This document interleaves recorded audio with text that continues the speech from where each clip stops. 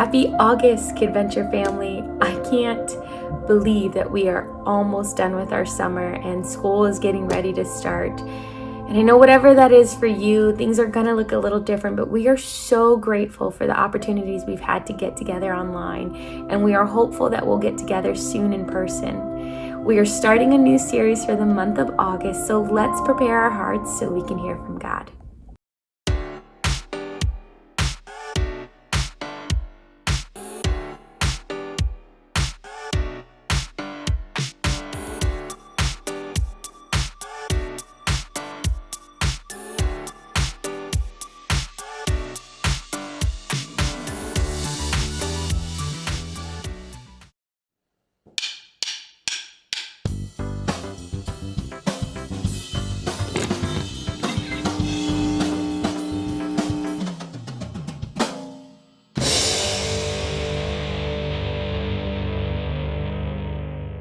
What do you see when you look in the mirror?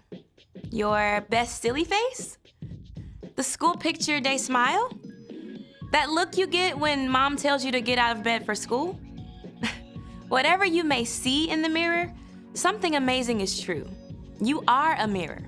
God made you in His very own image to reflect who He is to the world around you.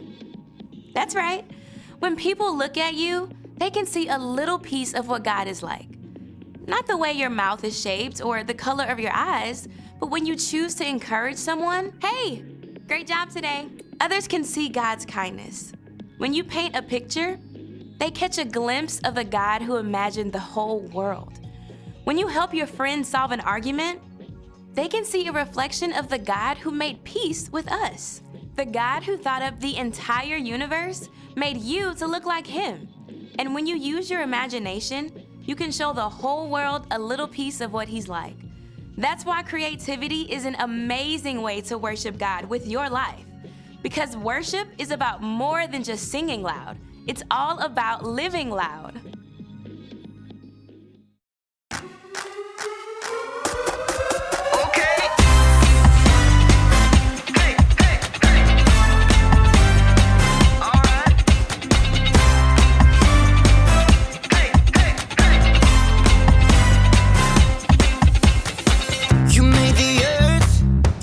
Spinning.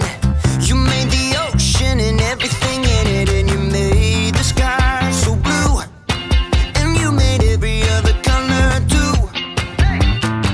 You made the sun, you keep it shining.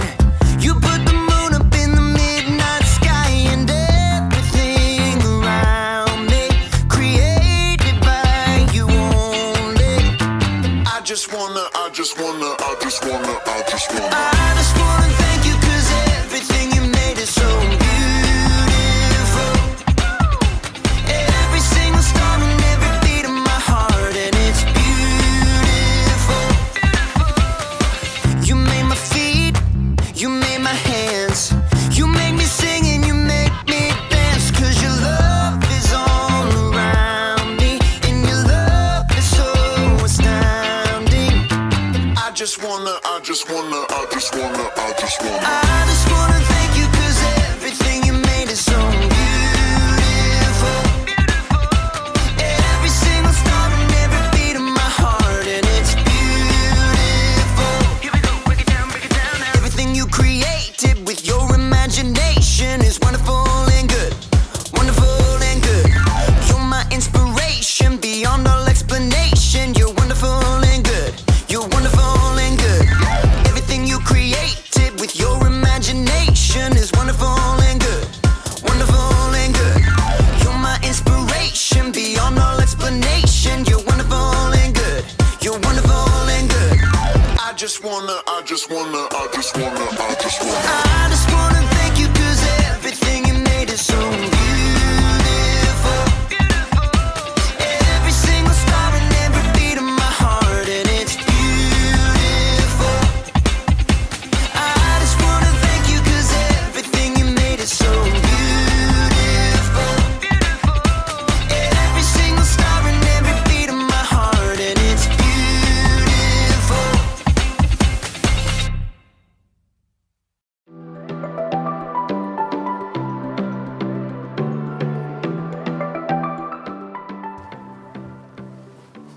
What's up, everybody? My name is Jacob, and today I want to talk to you about creativity. Because there's so many different ways to be creative, right? You could be like a creative actor. Alas, poor Yorick. I knew him well. Who's Yorick?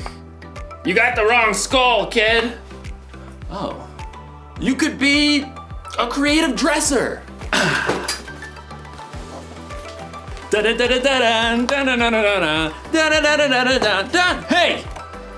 You could be like a creative, I don't know, scientist? But most of the time when you hear the word creativity, you think of something like this. A work of art. Or maybe you think of something like this. Wonder what's got him so anxious. Oh! Oh! Ugh, ewy. In today's story, you're going to hear about the very best creation of all time. Actually, it's the very first creation of all time. It's where creativity was born. And cockroaches. No, it's good. It's indescribable. See you in a few. The Bible, it's 66 books of history, stories, letters, and poetry that fit together to form God's one big story. The epic adventure of how He created us and loves us so much that He made a way to rescue us. As we travel through the Bible, from Genesis to Revelation, we discover people who met God and found their lives changed forever. Now, for an amazing story. Inspired by the book of Genesis, chapters 1 and 2. In the beginning. The very beginning. Before the first breath. Before the first flash of color. Before the first moment in time. There was nothing. Nothing. Nothing except God. But when God saw nothing, He saw a blank canvas. He saw the perfect backdrop for a work of art beyond imagination. So, God created. From absolutely nothing, He brought forth the heavens and the earth. But there was no shape or form. God's Spirit hovered over the dark emptiness. Then, God called out, "Let there be light." Brilliant light shattered the darkness like golden trumpets on a still morning. Bright rays shimmered and danced in all the hues of the rainbow. God saw the light was good. He divided the light from the dark, calling the light day and the darkness night. Evening and morning together shaped the very first day of all time. Then God said, "Let there be a huge space between the waters. Let it separate water from water." By His words alone, God shifted the waters, leaving a vast arching space above. The sky. Evening and morning rolled past, the second day. God lifted His voice again. "Let the water under the sky be gathered into one place. Let ground appear." Dry land shrugged its way out of the water. Islands and vast continents and gritty deserts and towering mountains. God called the dry ground land, and He called all the gathered waters seas. But God had even bigger plans for this day. "Let the land produce plants, and let there be trees on the land." In moments, tall grasses unfurled across the plains, and giant redwoods shot up from the dirt. Flowers and grapevines and carrots and corn sprouted and flourished. God saw that all of it was good. That evening and morning closed out the third day. "Let there be lights in the huge space of the sky. Let them separate the day from the night." At the sound of God's voice, the blazing sun exploded into being. The silvery moon spun out. Stars and galaxies flooded into space, filling the universe. Pew, pew, pew. God set the sun to rule the day, and the moon to rule the night. And God saw it was good. That evening and morning made up the fourth day. But God wasn't done painting his masterpiece just yet. Let the seas be filled with living things. Let birds fly above the earth and across the huge space of the sky. Instantly, the seas and rivers and ponds writhed with dolphins and octopi, salmon and minnows. Eagles soared and bluebirds nested, while ostriches stretched their long necks. God saw they were good. That evening and morning formed the 5th day. But God kept working on his creation. Let there be livestock and creatures that move along the ground and wild animals. At once, animals of every kind appeared. Elephants thundered through the forests, and squirrels darted up tree trunks. Monkeys chattered, and pigs rolled happily in the mud. God saw it was all good. But he had one more creation in mind. Let us make human beings so that they are like us. Let them rule over the fish and the birds. Let them rule over all the animals.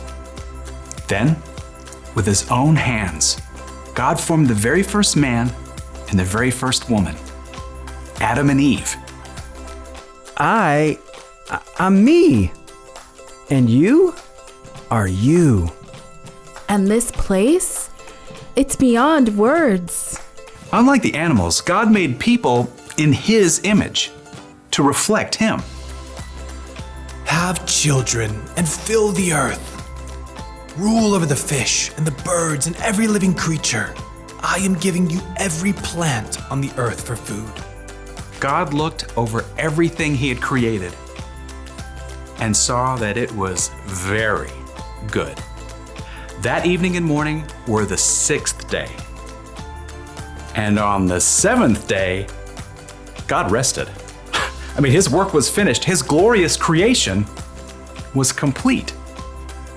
But because God had formed people in his image, they too could reflect his imagination and creativity. The possibilities ahead of them were endless.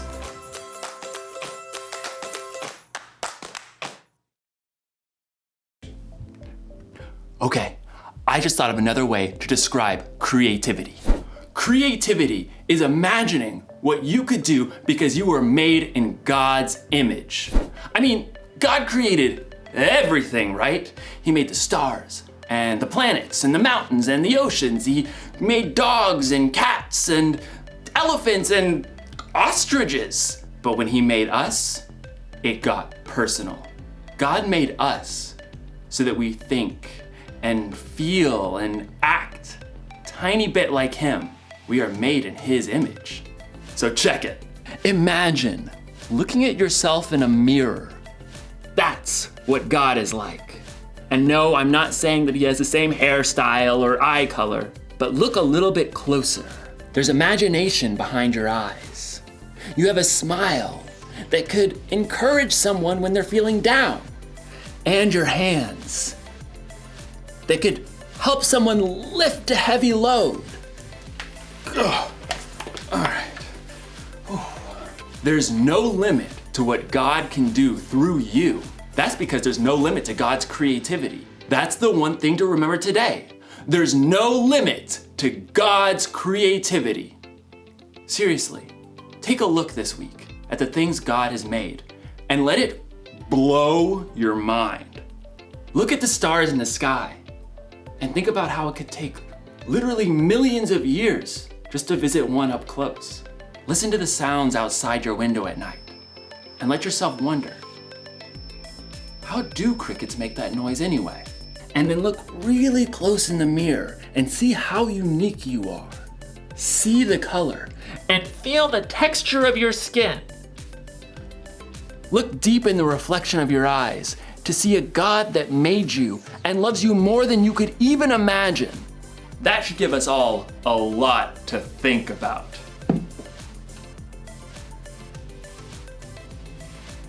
No wonder this guy's a statue. He's thinking about God's creativity. Dude.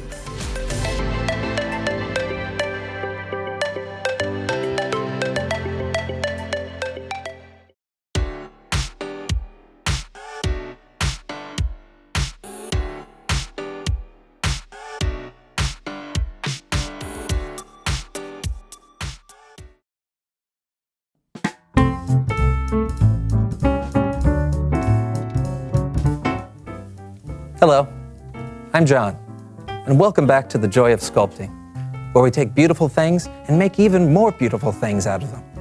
Let's take this sculpture of my co-host, Brandon. Isn't that lovely? So lifelike, his eyes, his hair. The detail really is marvelous. But what if we could make something new out of it? Let's see. Let's take a little bit of Brandon's hair off, like this. And we can just put that there.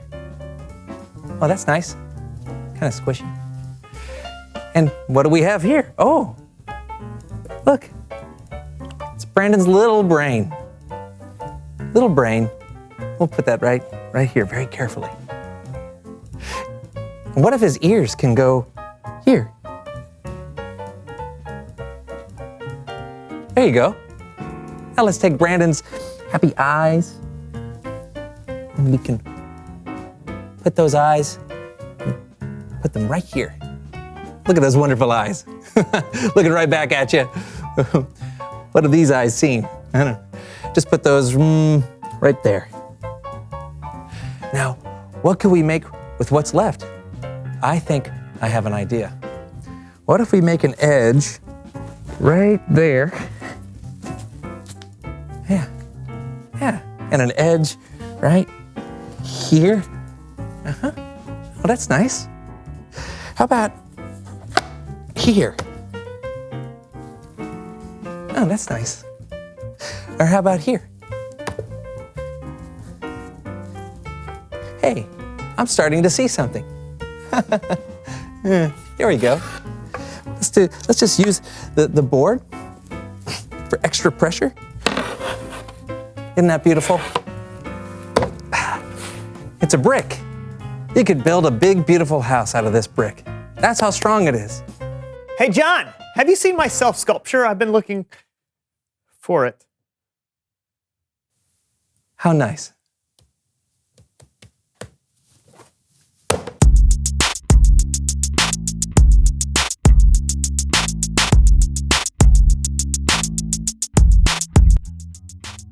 Hello, everyone. I'm Brandon. And I'm John, and welcome to The Show. Well done. Yeah. High five.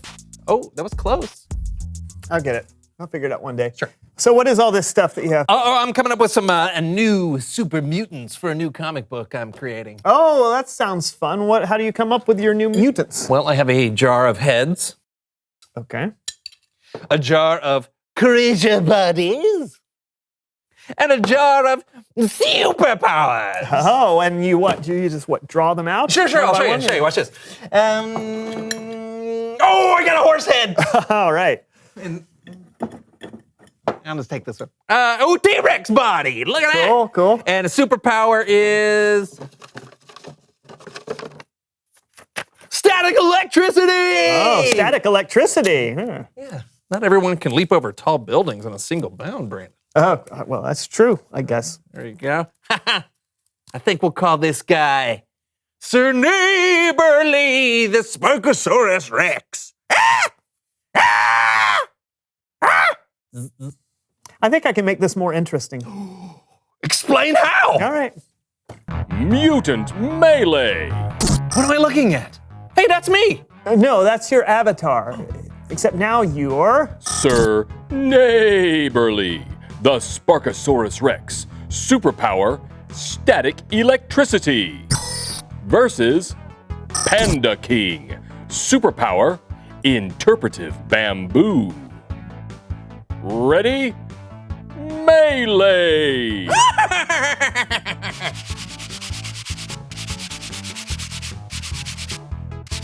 It's working! Static electricity! No! Ow! My turn. What are you doing? Music.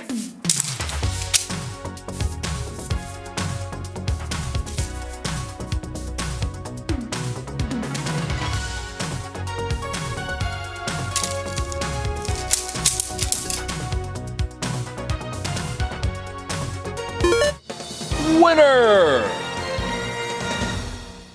Round 2. All right. Who am I going to be this time? How about... Captain Fish Breath. Superpower, Fish Breath. versus Bat Boy. Superpower can fly, as long as he doesn't realize he's in the air. What does he mean I can only fly unless I realize I'm in the air? Ready? Melee! Ah! I'm flying! Oh, no! Oh!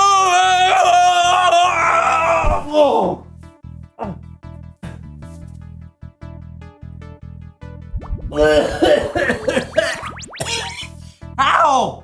This is a video game! I shouldn't be able to smell it! Oh, that's terrible. Winner!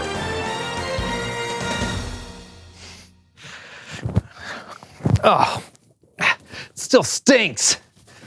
Get these things off me. Yeah, that does stink. Great, I'm gonna have to do laundry. Oh, or maybe burn them. Wait, before you do that, it's Bible story time with Kellen.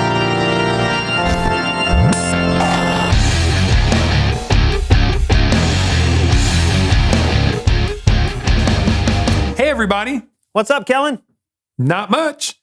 Say, what do you got there? Laundry from our game of Mutant Melee. Cool. Do you mind if I use it for the story? Oh, sure thing. Thanks. Our story starts with the very first verse of the very first chapter of the very first book of the Bible, Genesis chapter 1, verse 1. In the beginning, God created the heavens and the earth. The earth didn't have any shape. There was darkness over the surface of the waves. The Spirit of God was hovering over the waters. God said, "Let there be light," and there was light.